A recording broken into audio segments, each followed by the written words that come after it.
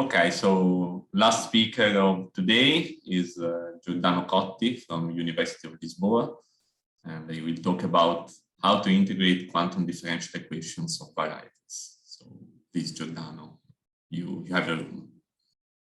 So first of all, I would like to the only and unique conference, Valeriano, for giving me the opportunity to be here today. And it's a pleasure to be here with all of you. And at the same time, a special wish, or good wish to Claudio for his 60th birthday.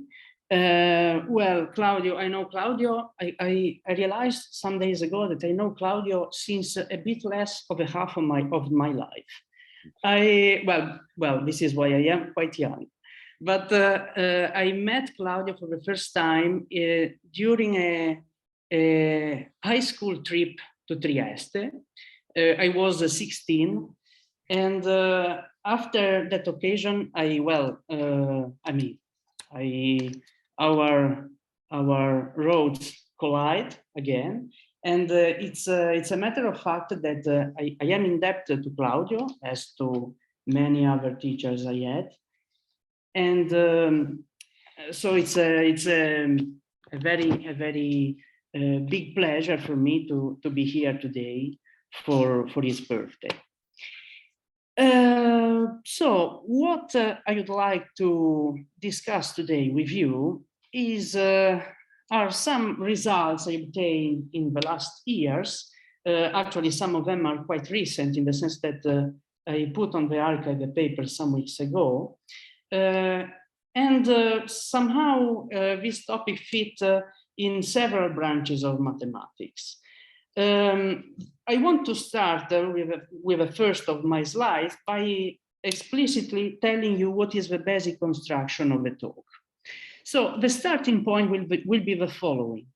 I will start with a smooth projective variety over the complex number x, and I will associate with this variety an ordinary differential equation in the complex domain whose coefficients are rational functions with respect to the indeterminate variable z. And actually, this is not, it is not true that it is a single equation, but actually it is a family of equations.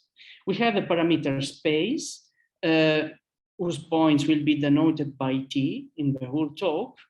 And the point is that such a domain of parameters is equipped with an extremely rich geometrical structure.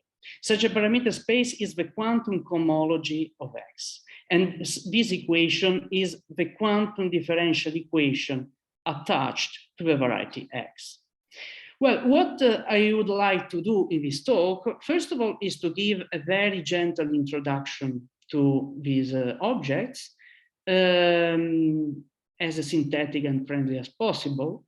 After that, I will try to convince you that the study of this equation is extremely interesting, not only for algebraic geometry, but actually many other domains in mathematics, such as number theory, integrable systems, the geometry of integrable systems, but not only.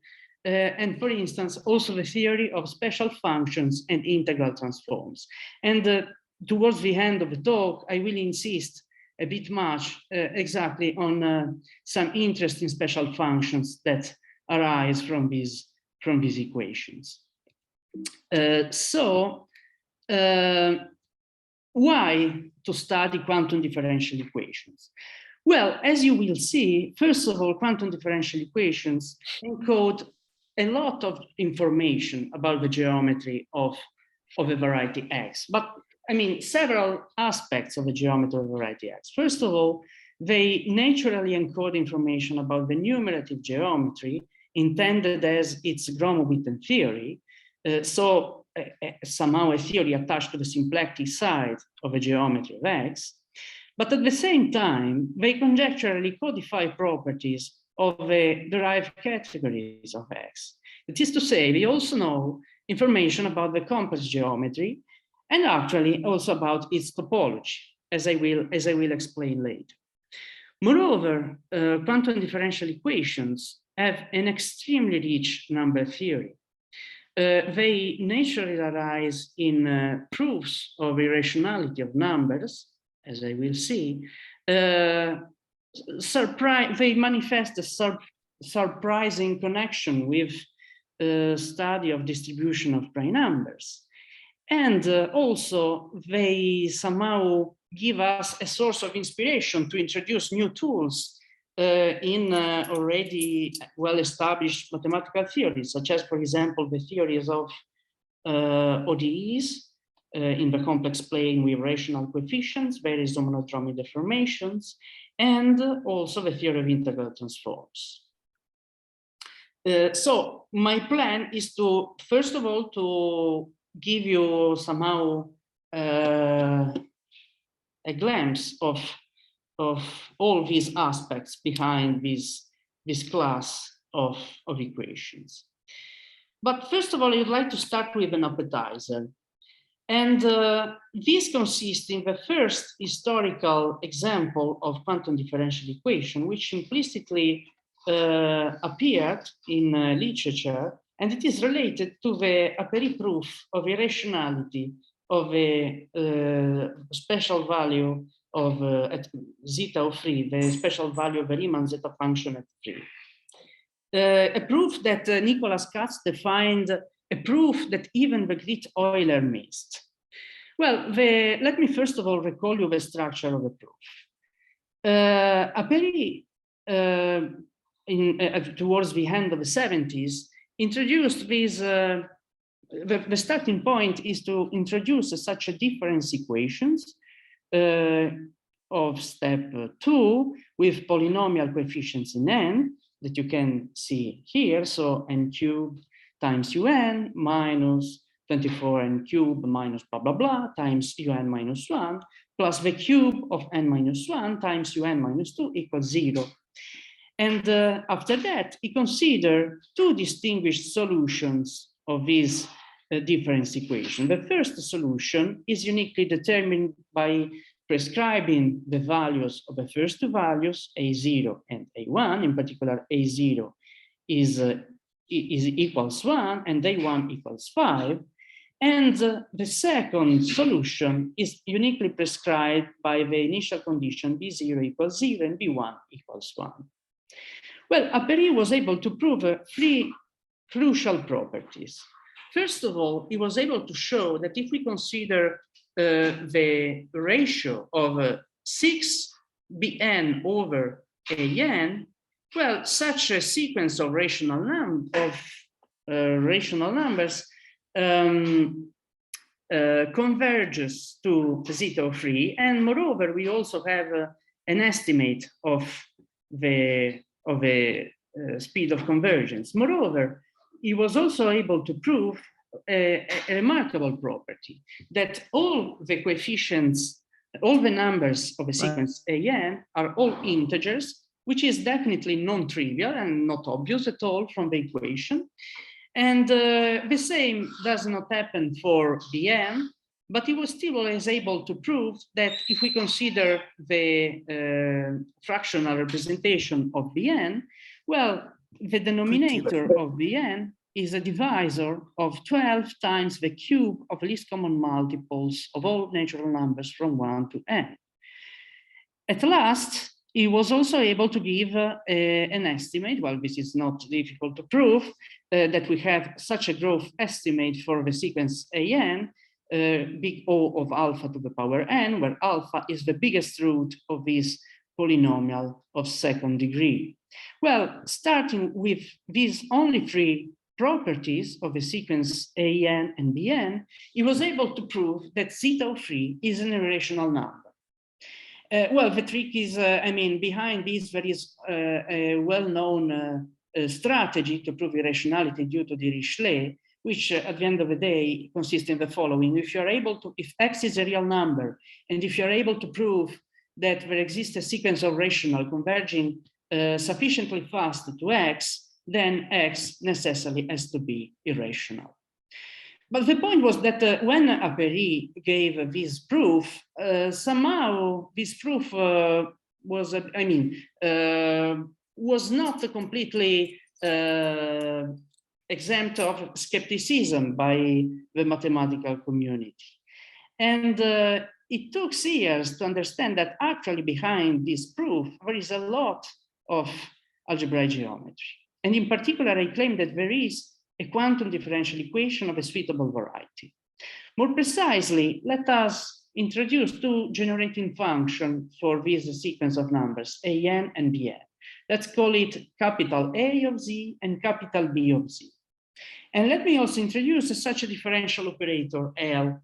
Here, whenever you will see in this talk theta, I will denote by theta the Euler differential operator z times d over d z. Well, the fact that the sequence an and bn are solution of these equations, of this difference equation, translates into the validity of these differential equations for the generating function capital A and capital B. Well, it was understood by number theorists, namely by Fritz, Boykers, and Peters, that the equation L of y equals 0 indeed is a differential equation which comes from geometry, in the sense that it is a Picard-Fuchs equation for periods of a suitable family of surfaces, namely surfaces birationally equivalent to K-free surfaces.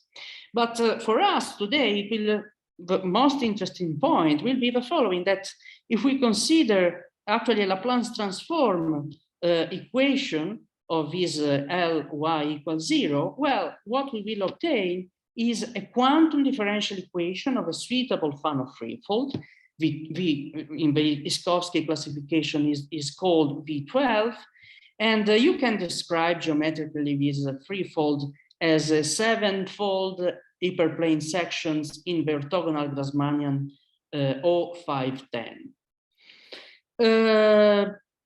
Okay, so this was just to telling you, without giving you any definition at all of quantum differential equation, that differential equations are objects which arise naturally even in number theory. But let's start with some more precise definition. And well, the starting point is the following. Gromov-Witten theory associates with X a family of Frobenius algebras, and such a family is what is called its quantum cohomology. We have to imagine that the quantum cohomology of X is a deformation of the classical cohomology algebra of X with complex coefficient. And the way in which the deformation of a product is performed is by introducing counting numbers of rational curves on X. Well, more generally, if we don't restrict to the rational curves, but we consider general genus G curves on X, these counting numbers are exactly what Gromov-Witten invariants morally count. That is, we consider X as a target space, and we consider all, well, the datum of a genus G Riemann surface with n marked points. We fix in X n subvarieties, V1, V2, Vn, and we consider all possible holomorphic or algebraic maps from sigma G to X with a fixed degree. So D points are mapped into a 1 point.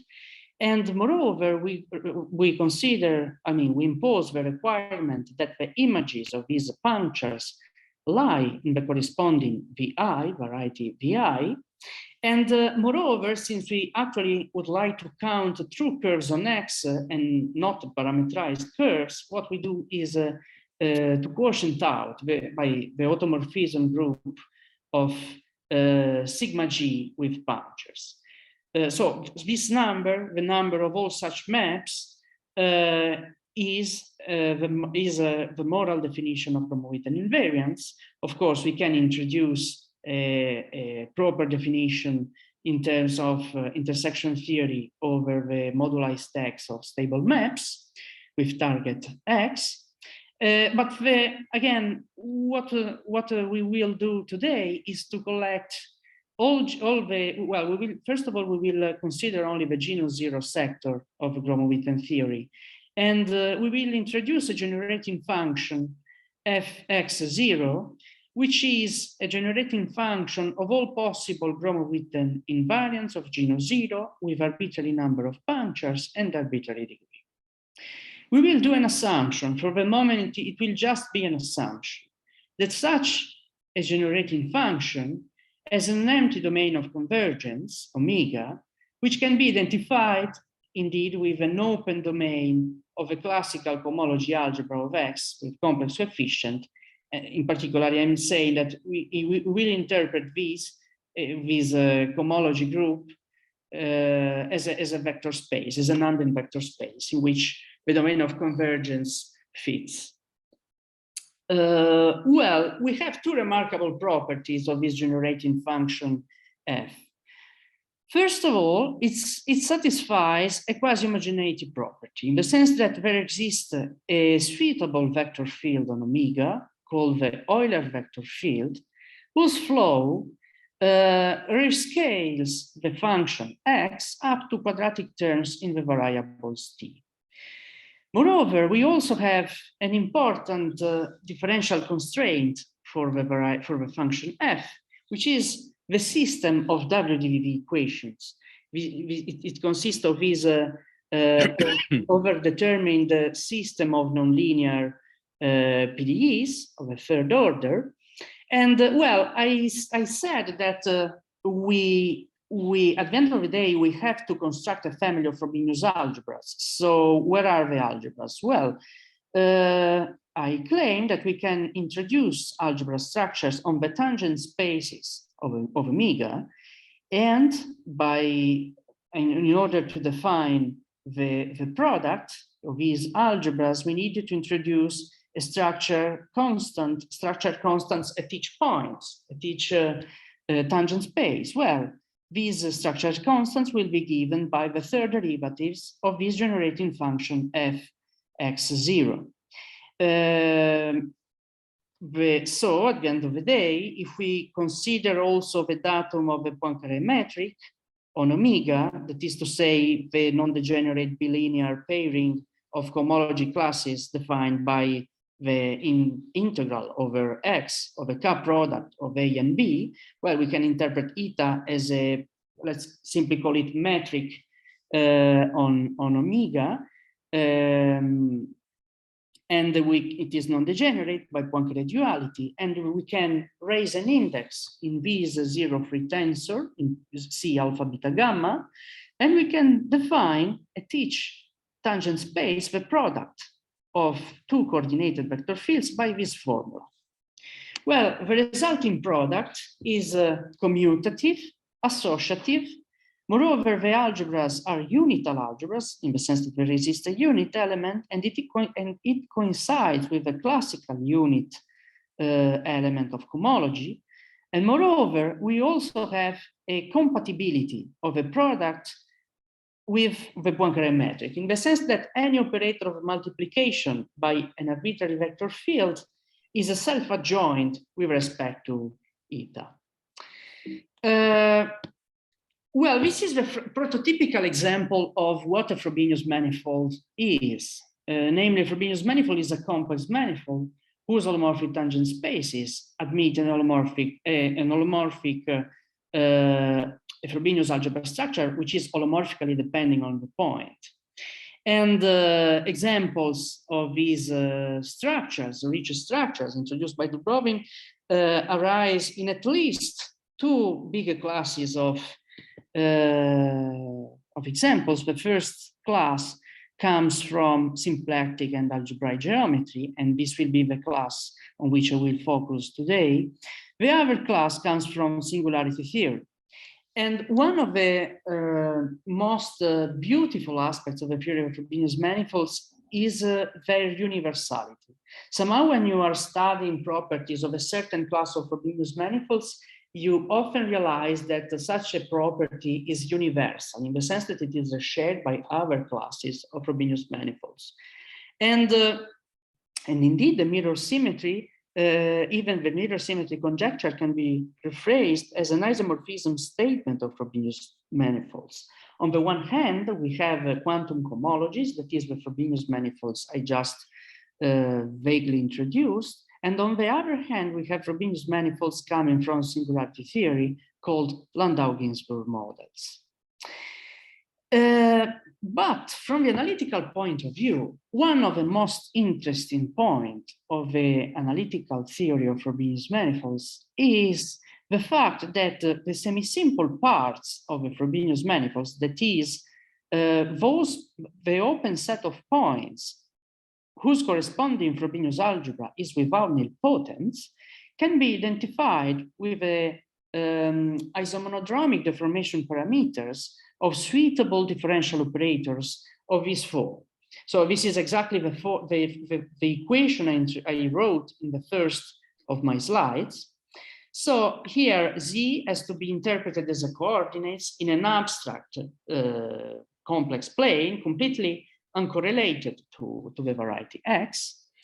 And Y has a geometrical meaning in terms of the quantum cohomology of X. You may interpret Y as a as a vector field on omega, a vector field on the quantum cohomology, which at the end of the day can be identified with a cohomology class. But what is important here is to, let me briefly give you the definition of these matrices, capital U and capital V, which, as you can see, are functions of the points of the quantum cohomology. Well, the tensor capital U is defined as the quantum multiplication by the Euler vector field. That distinguished vector field which describe the quasi-homogeneity property of the Gromov-Witten potential F. And the second operator, capital V, is usually called the grading operator. And as you can see, it is defined as follows. It is just a rescaling of the vector, the tangent vector V, and the rescaling is essentially prescribed by geometrical properties of the variety X, minus the covariant derivative of the Euler vector field along V. When I say covariant derivative, I mean the covariant derivative with respect to the Levi-Civita connection attached to the Poincaré pairing. So in particular, notice that we can, the Poincaré pairing on omega is manifestly flat. And it's manifestly flat because in coordinates we have a Gram matrix with constant entries. Okay, so this is the quantum differential equation attached to X.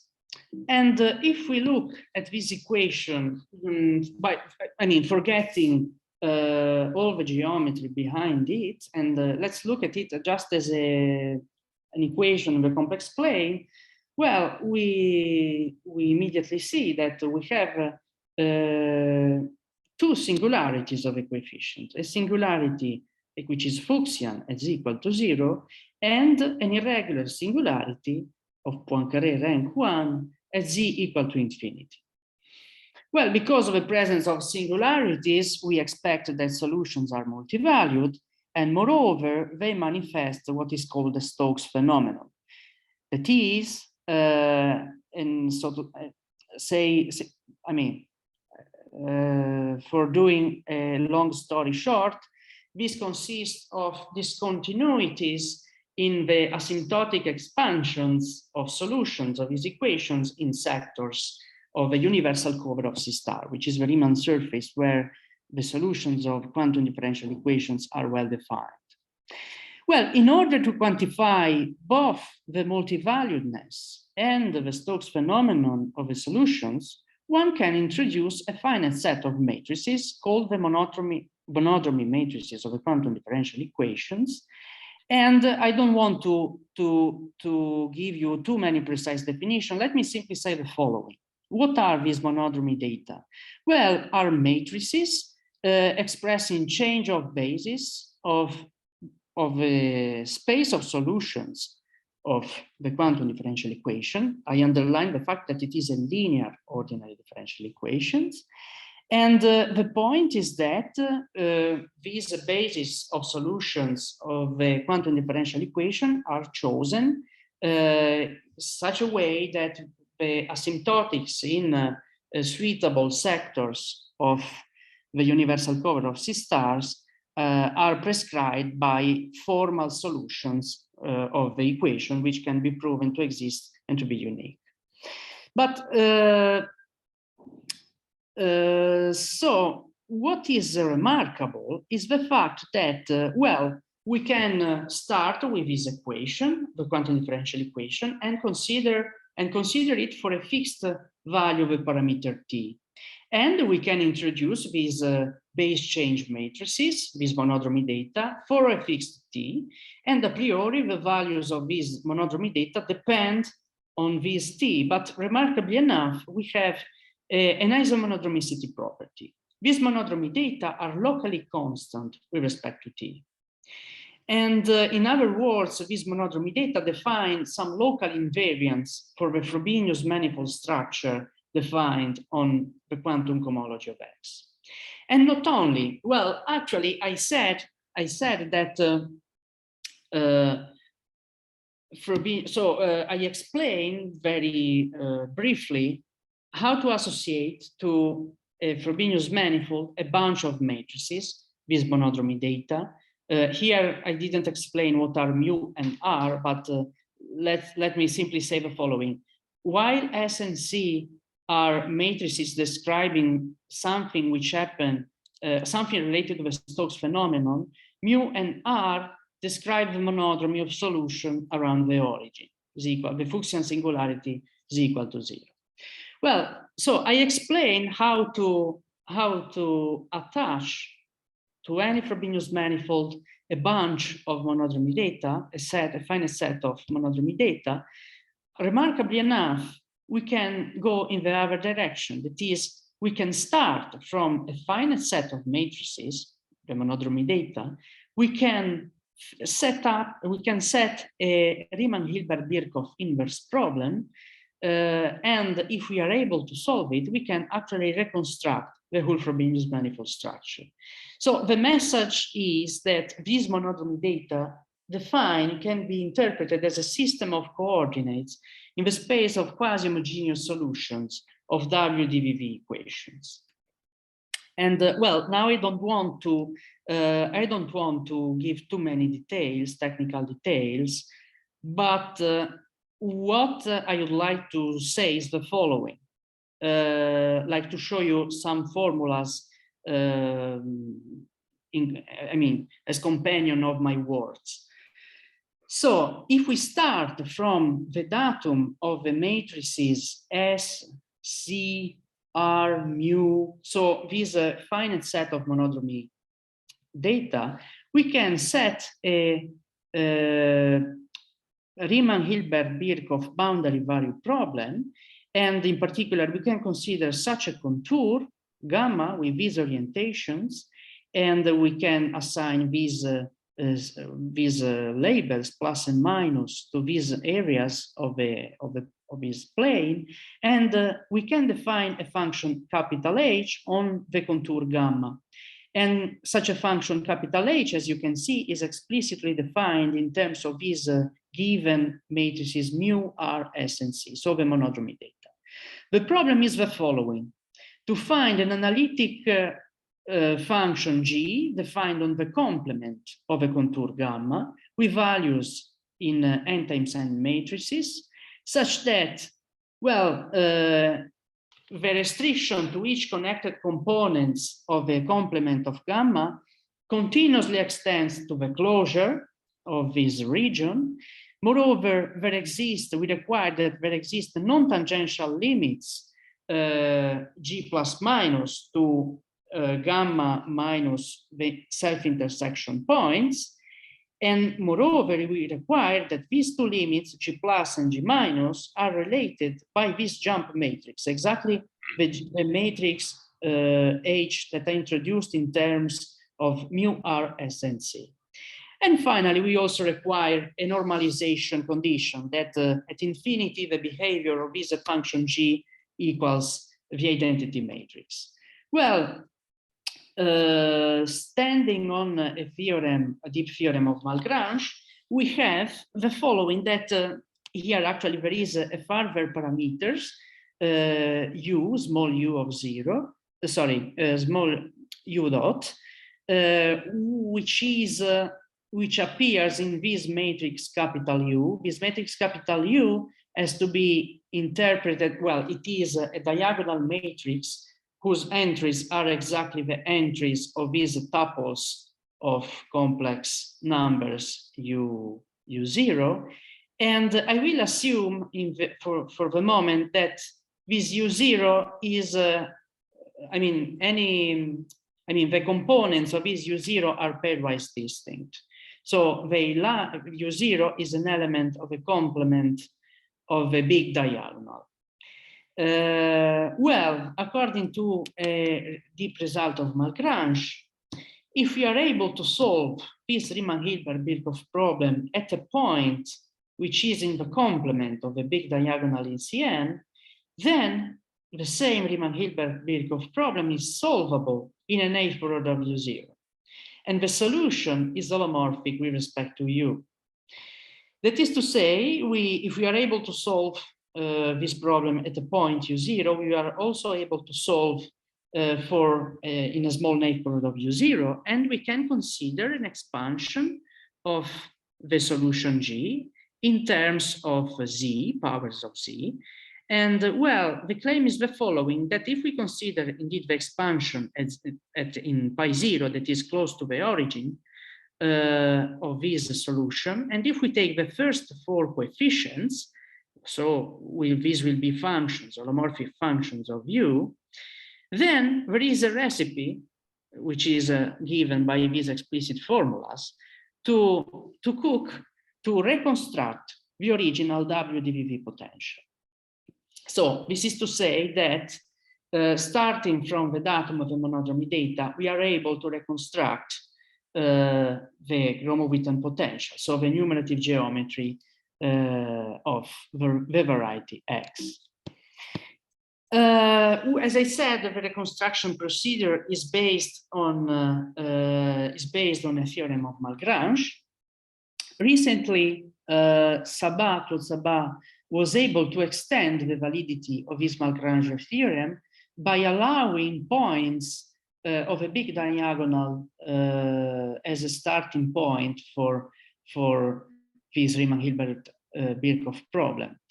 And the way in which Sabat proved the theorem was by invoking some very deep results of Takuro Mochizuki and in the analytic counterpart of Kedalaya.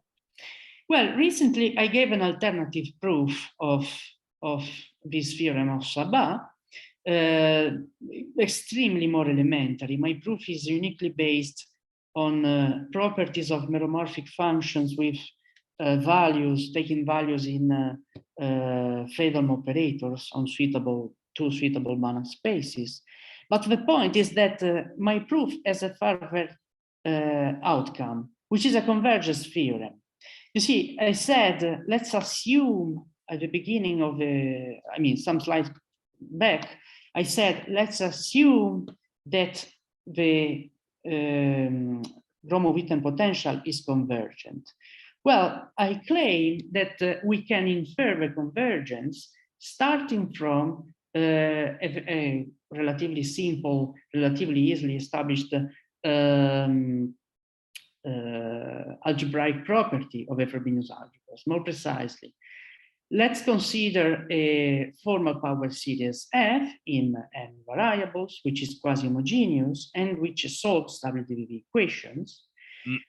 If F defines a semi-simple Frobenius algebra at the origin, so we just have to look at the finite dimensional complex algebra, and if such an algebra is semi-simple, then automatically the function is convergent.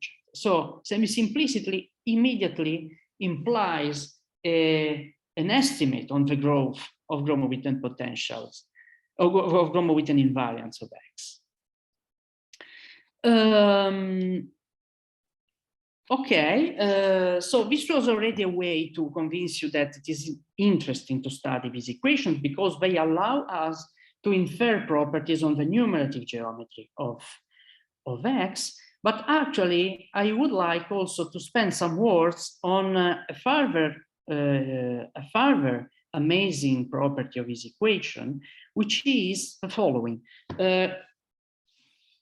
Well, it's an original conjecture of Dubrovin, the fact that this quantum differential equation should give us a bridge in order to connect two different aspects of the geometry of X. Namely, it's a symplectic geometry on one side, namely its Gromov-Witten theory, so incarnated in its quantum cohomology, and its complex geometry, embodied in the derived category, the bounded derived category of coherent sheaves. More precisely, Dubrovin formulated a conjecture in the occasion of the 1998 International Congress of Mathematicians in Berlin, according to which the monodromy data of this quantum differential equation are determined by the topology of X, intended to be somehow the collection of characteristic numbers and classes of X, and characteristic classes of full exceptional collections in the derived category of coherent sheaves.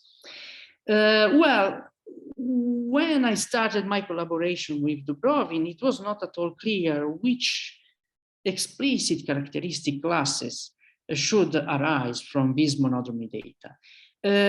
We were able to refine this original conjecture of Dubrovin,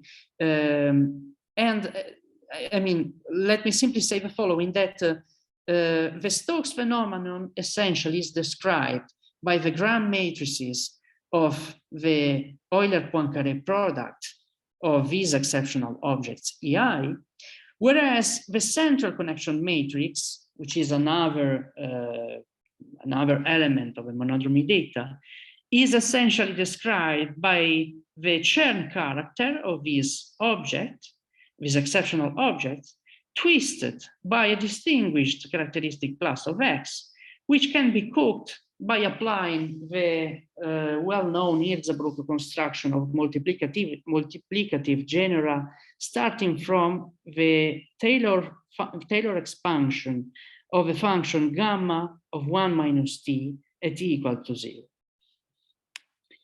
Well, known results, there are many known results concerning this conjecture.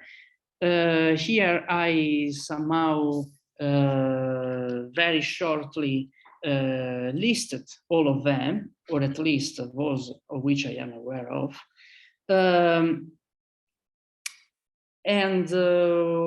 Let me, probably the main comment I have to do now is the following. As you can see, I depicted two bullets. Here we have a qualitative part, and here I wrote a quantitative part. What I mean by that? Well, I mean the following, that actually the conjecture of Dubrovin can be subdivided into two pieces. The first is a claim, and we call it the qualitative part. It is an equivalence statement.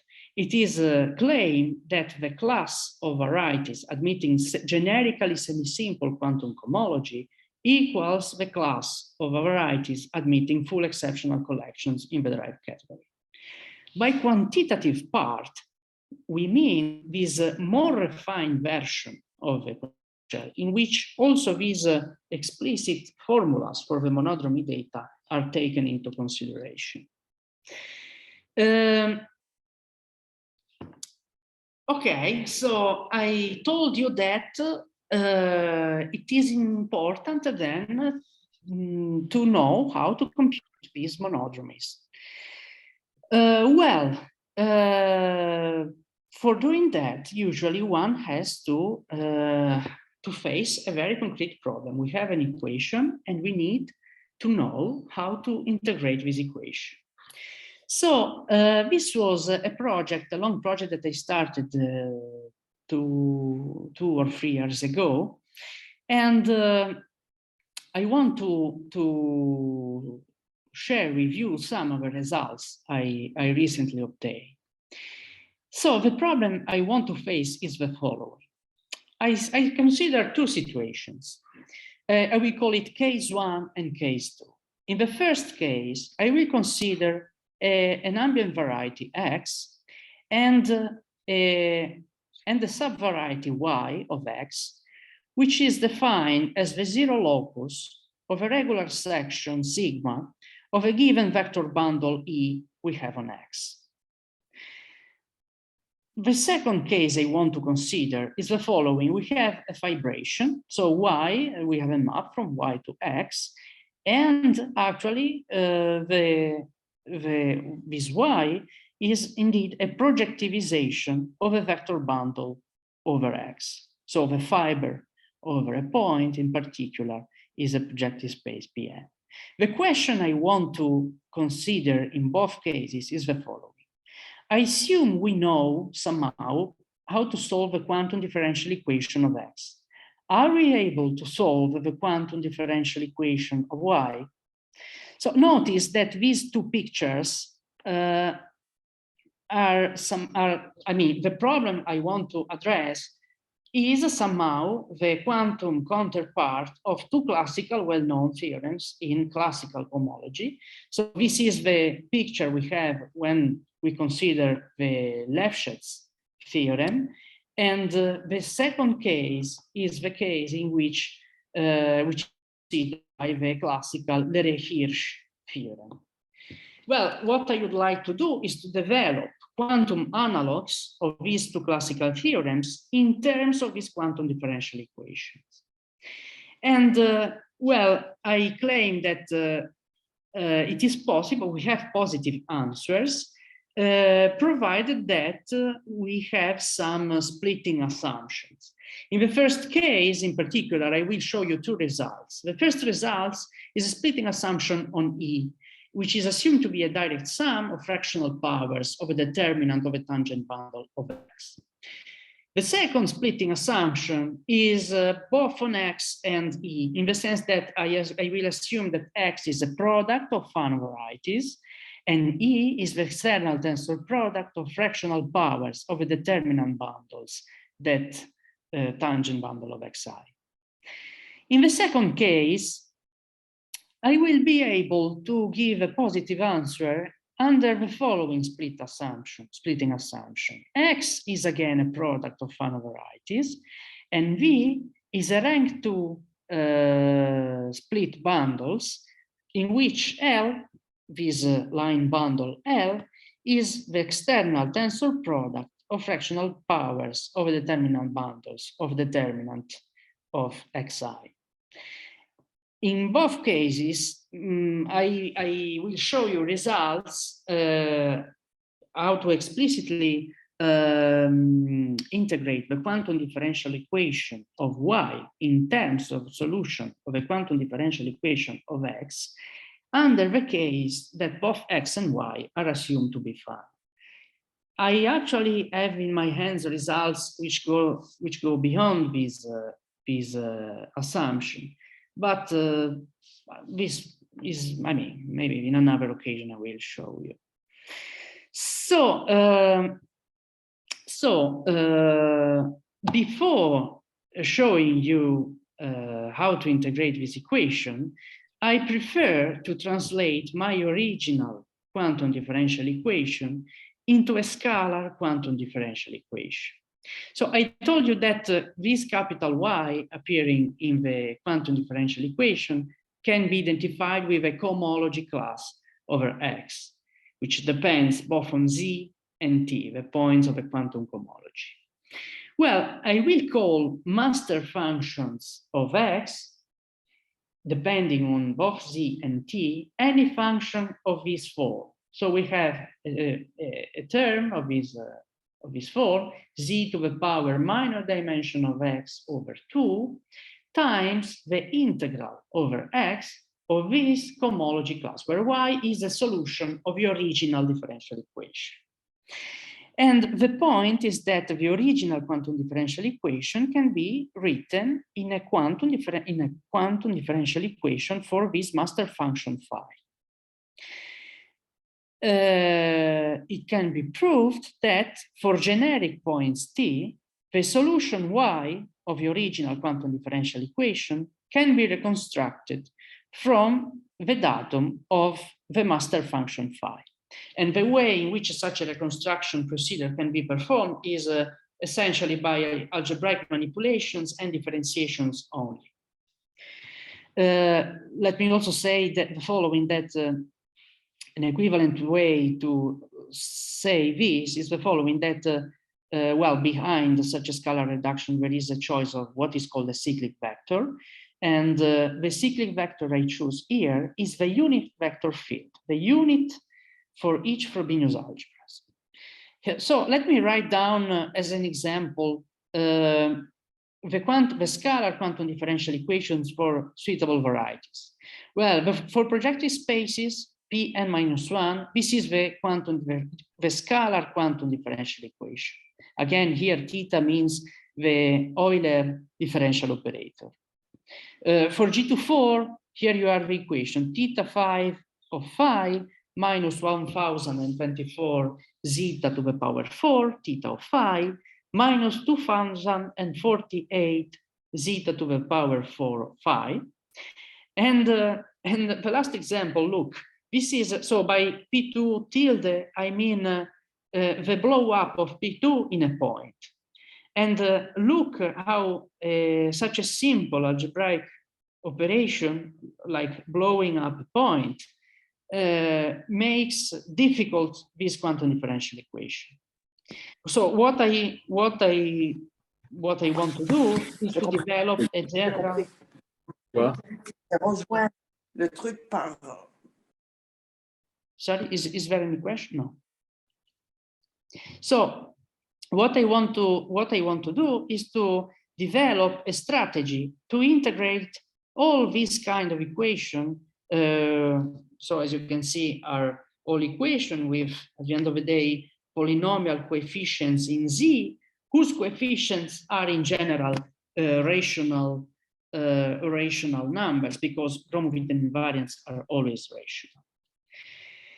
Well, I claim that can integrate this kind of equation, but for that I need two ingredients. The first ingredient are a family of integral transforms. I call them Borel-Laplace alpha beta multitransform.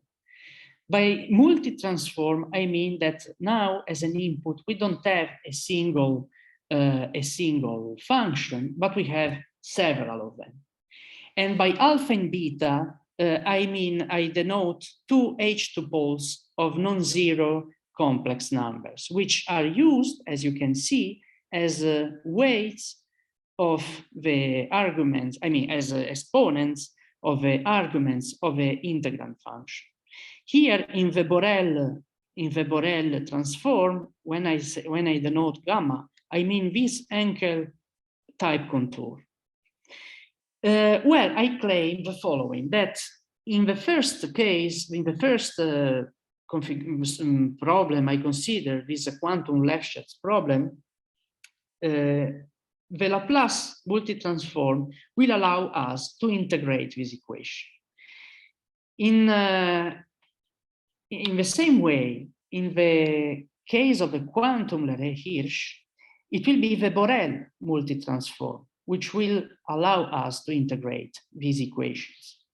But for this last step, I also need a further ingredient, which is an interesting sequence of special functions that apparently it never appeared before. I mean, it can be, as I'm going to say, expressed in terms of already known functions, but still there are some points of interest. So the starting point is okay, the gamma function introduced by Euler, extensively studied by Legendre. He wrote memories on this function, and indeed he was the first to study the following decomposition, what is called the upper incomplete gamma function and lower incomplete gamma function, defined by these integrals. Later it was Prim in 1877 who studied extensively these two functions, and for this reason they are also called often the Prim function. Well, if we consider this small gamma function, this lower incomplete gamma function, well, it has two inconveniences. First of all, it has poles. The poles are inherited by the gamma function, the Euler gamma function, at s equals 0, -1, -2, and blah, blah, blah. And the second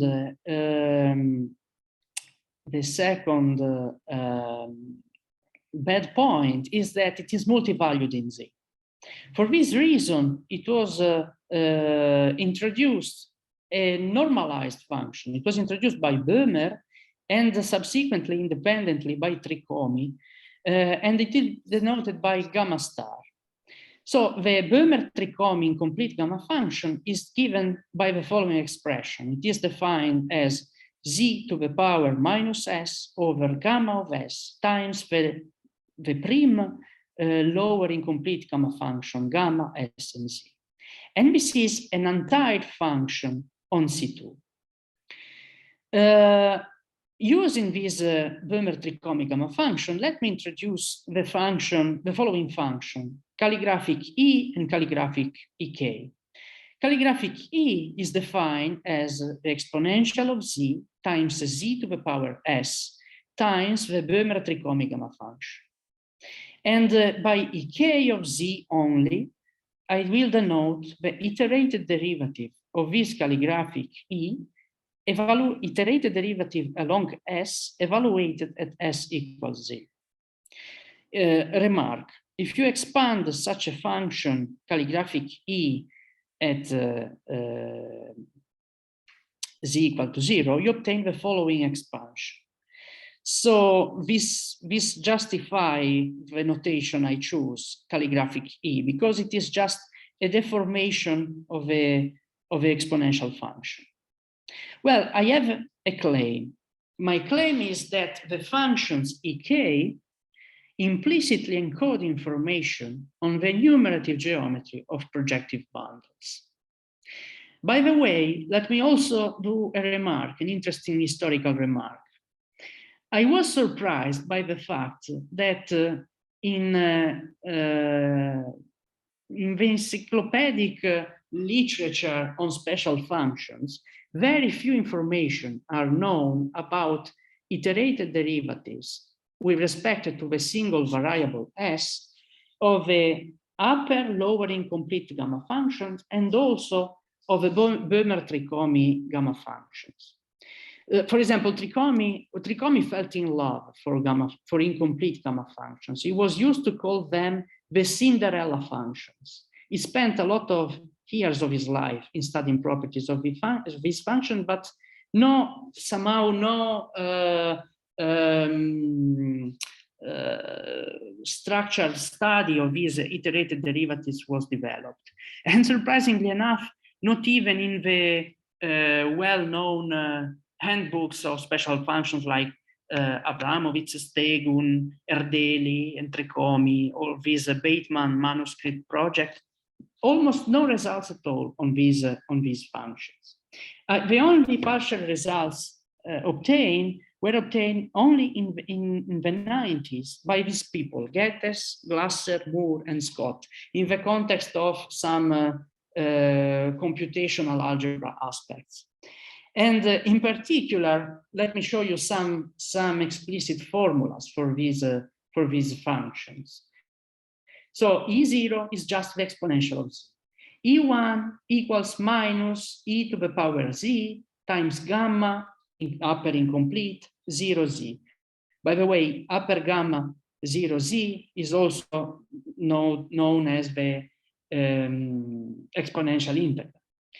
And for the remaining equation for remaining functions, as you can see, one is, I was able, standing on these results by these people I mentioned, to obtain explicit formulas for these functions in terms of Mayer-G functions, that is inverse Mellin-Barnes transforms of ratios of gamma functions, and also as coefficients that appear the Euler-Mascheroni constant and special values of the Riemann zeta function. Well, with this tool in my hands, I can give you the statements, the main statements of the results I want to present. The first two theorems are concerns the first case, so the quantum Lefschetz case. So assume to be given an ample line bundle L over X, and that the vector bundle E over X equals a direct sum of these tensor powers of this L. So we take this delta J as powers for this L. And moreover, we assume that the determinant of a tangent bundle of X equals another tensor power of the same ample line bundle L. Moreover, I will also assume that L is bigger than the sum of all these DJs. This will imply automatically that Y is finite. As I said, I will assume that both X and Y are finite. I could drop this assumption, but I want to keep it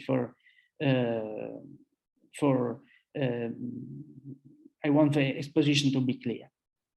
Well, I claim that there exists a complex number C such that any master function of Y is a C-linear combination of integrals of this form. So as you can see, we have an iteration of Laplace multitransform of phi, where phi is a master function of X. And the weights appearing in these Laplace multitransforms are exactly prescribed by these numbers, delta J and L. A comment: if you apply this result and the followings to the case in which X is a projective space, this result automatically gives you Mellin-Barnes integral representation of master functions for Y. And these kind of representation are extremely more convenient in order to compute, for example, the monodromy data of a quantum differential equations. Another result, again in the Lefschetz case, assume that X is a product of Fano varieties on Xj. On Xxj, I have an ample line bundle Lj, and I assume that the determinant of a tangent bundle of Xj equals the Lj tensor power of Lj, capital Lj, and I assume that the E, the vector bundle I have on X, equals the external tensor product of E of all these Ljs to suitable powers. And again, I will make an assumption that each Lj is greater than Dj.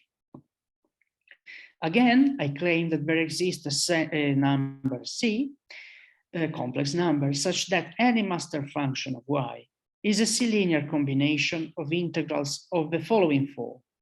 So we have an exponential, e to the power minus cz, times Laplace multitransform alpha beta of the function phi1, phi h, in which alpha and beta are prescribed again by these numbers that appear in this picture.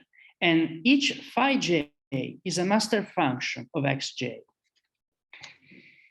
Again, if each xj what I want to say is that, for example, by applying this theorem, you are able to integrate all, the quantum differential equation for any Fano complete intersection in product of projective spaces.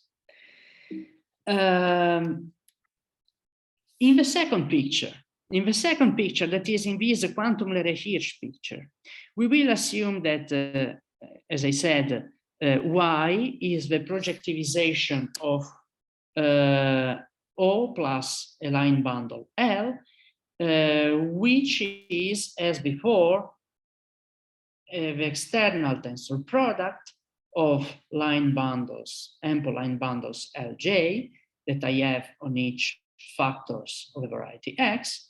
And again, I will assume that each factors as determinant of a tangent bundle equals to a suitable powers of this given Lj. Well, I claim that in such a case, any master function of y is a C-linear combination of integrals of the following form. We have Borel, now we have a Borel multitransform in which the entries are given by h master function for one for each factor of a variety and one of these special functions, ek, that I introduced before in terms of a Böhmer-Tricomi incomplete gamma function. And again, here alpha and beta are tuples of numbers uniquely prescribed by these numbers Lj and J.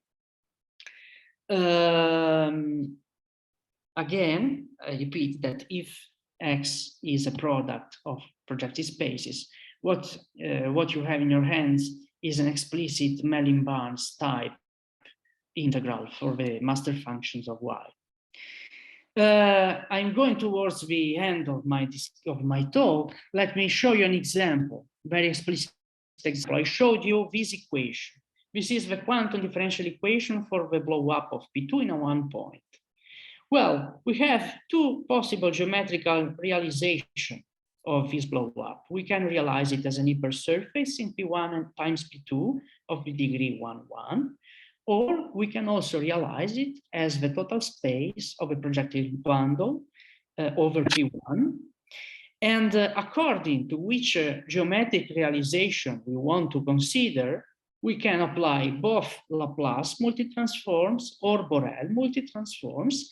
So here, for example, here you are the space of solutions for the first realization. So an hypersurface in P1 times P2.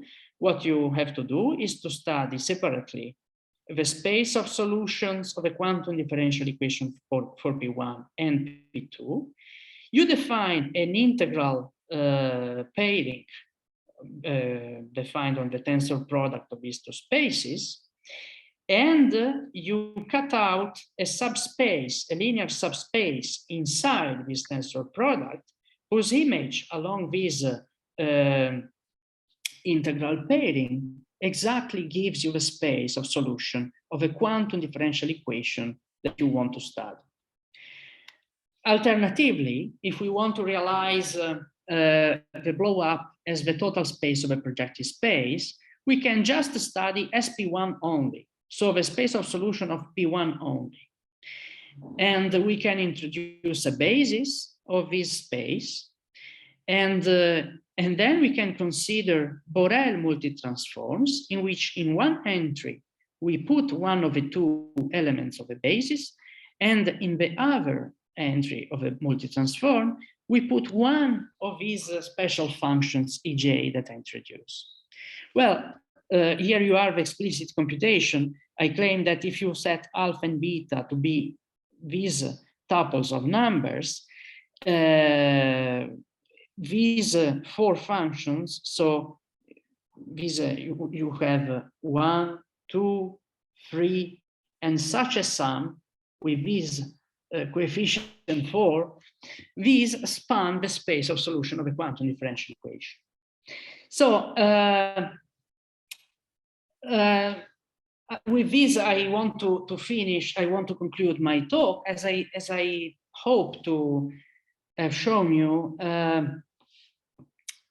These quantum differential equations constitute like a bridge between several parts of mathematics. We have number theory, we have symplectic geometry, complex geometry, and even the theory of special functions. There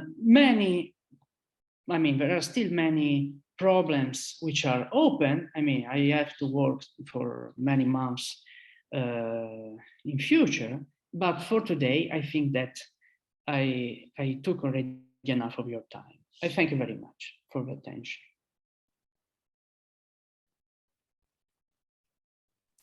Okay, thank you, Giordano. And so is there any question or any comment? Giordano, thank you for this pyrotechnic talk. Thank you very much. I have just a curiosity. You know that I'm not at all an expert in this field. But the curiosity is the following one. Could you please tell me something about the relations between TT star geometry and the subject of your talk? Because you so let me go to the slide in which you saw the mention TT star geometry. So the point is the following. That's true for Frobenius, I guess, or not. Sorry, I don't. True for Frobenius manifold, or not? See, the point is the following. Attached, associated with any Frobenius manifolds, there are actually two isomonodromic problems. The first isomonodromic system is given by this quantum differential equation. But there is also a second isomonodromic problem, and this is the topological antitopological fusion equation isomonodromic system. Now, the point is the following. So these TT star equations were introduced by physicists, by Cotti and Vafa, in order to develop a classification theory of supersymmetric field theory with a certain extension, and etc. Again, in their classification, the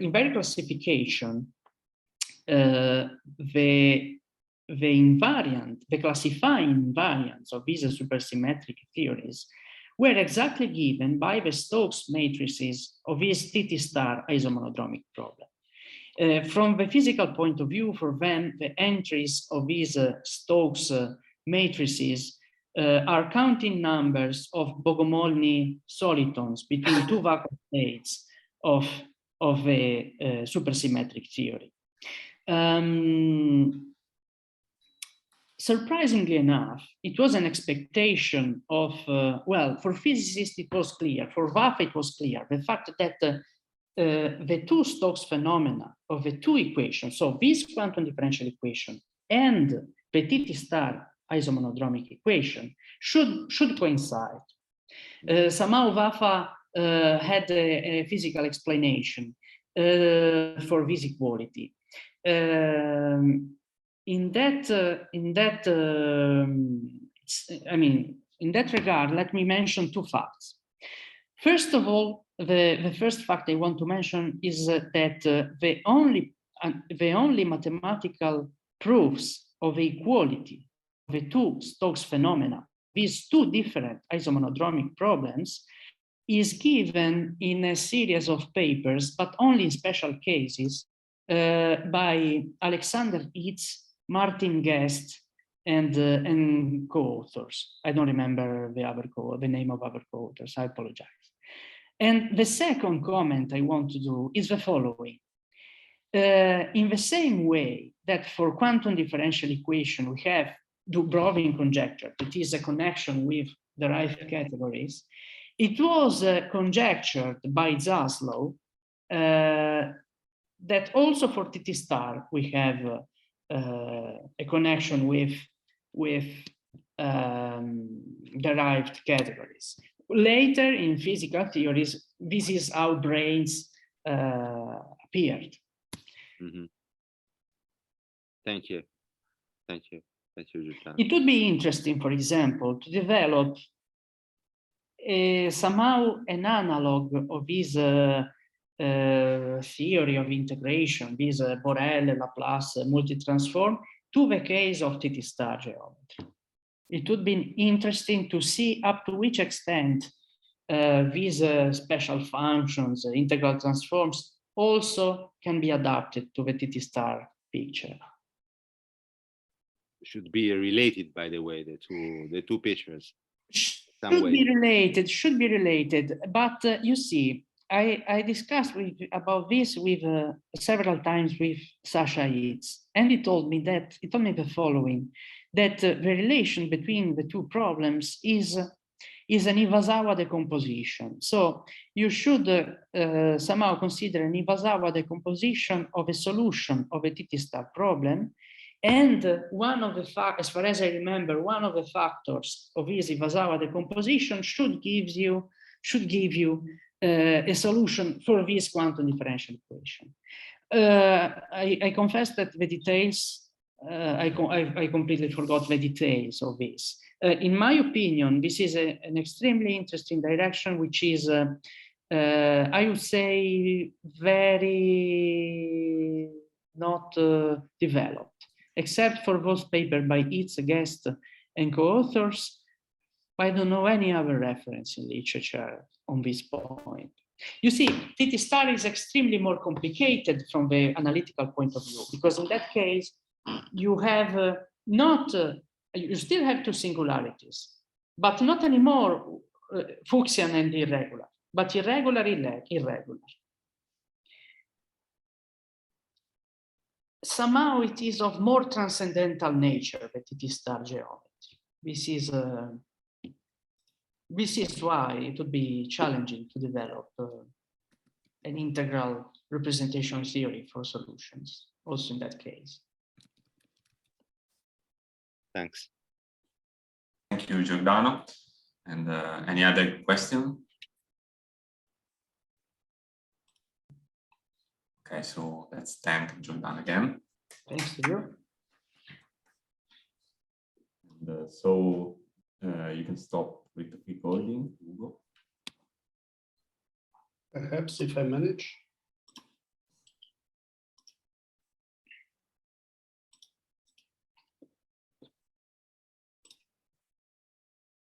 I can't stop it. It's an unstoppable recording. It doesn't offer me the possibility to stop. Here it is. Right.